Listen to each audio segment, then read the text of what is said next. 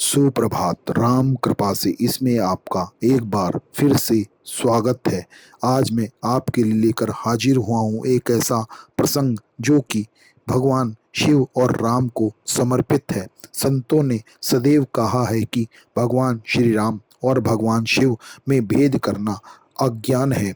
शिव राम के अनन्य भक्त हैं और राम शिव को अपने आराध्य के रूप में सम्मान देते हैं। जो भक्त सच्चे मन से राम का स्मरण करता है उसके जीवन में शिव की करुणा स्वतः उतरने लगती है।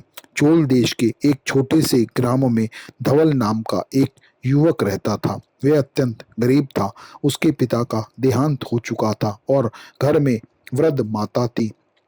जीवन कठिन था, पर धवल के हृदय में श्री राम के प्रति गहरा प्रेम था। एक दिन गांव में एक संत आए। उन्होंने रामेश्वरम की महिमा को बताते हुए धवल से कहा कि जो श्रद्धा से राम का नाम लेकर रामेश्वरम का दर्शन करता है उस घर पर भगवान शिव की विशेष कृपा होती है और उस व्यक्ति पर भगवान शिव विशेष रूप से प्रसन्न हो जाते हैं। धवल ने भी संत की बात को सुनकर यह निश्चय किया कि वह भी अवश्य रामेश्वरम भगवान के दर्शन करेगा और वह रामेश्वरम जाएगा। उसके पास धन नहीं था। वह पैदल ही निकल पड़ा।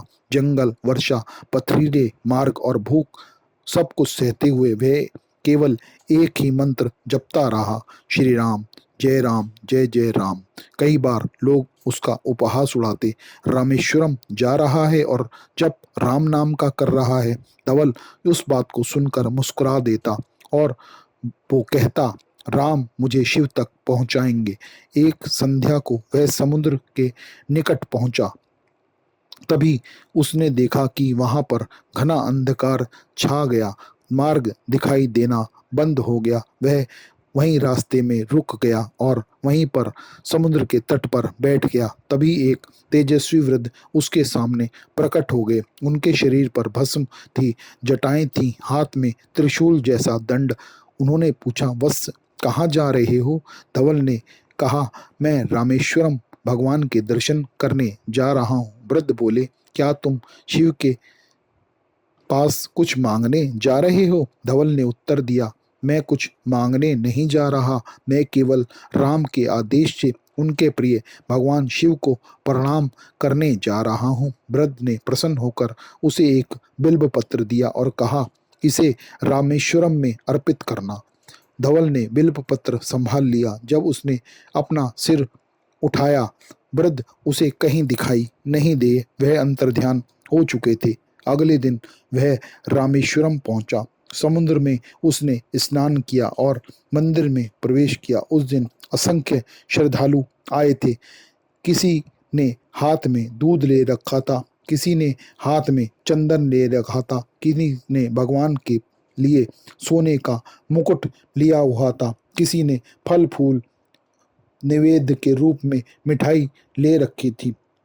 लेकिन धवल के पास ऐसा कुछ नहीं था। धवल के पास केवल चढ़ाने के लिए वह संत का दिया हुआ एक बिल्व पत्र ही था।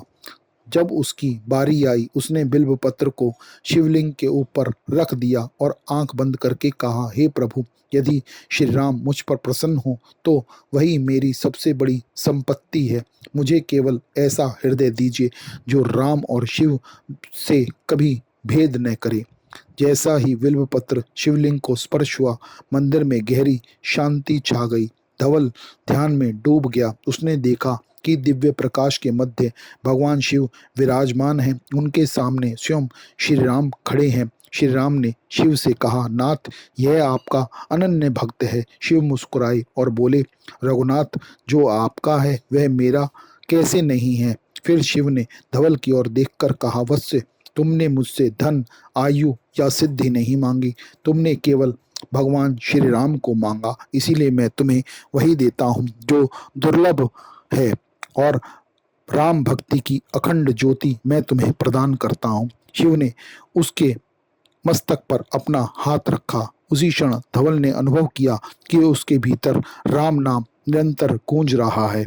जब उसकी चेतना लौटी, मंदिर के पुजारी ने उनके पास खड़े हुए अनेक लोगों को देखा। जिस समय तुमने बिल्व पत्र चढ़ाया, उसी समय गर्भगृह में ऐसी सुगंध फैल गई जैसी कभी विशेष उत्सवों में भी नहीं फैलती।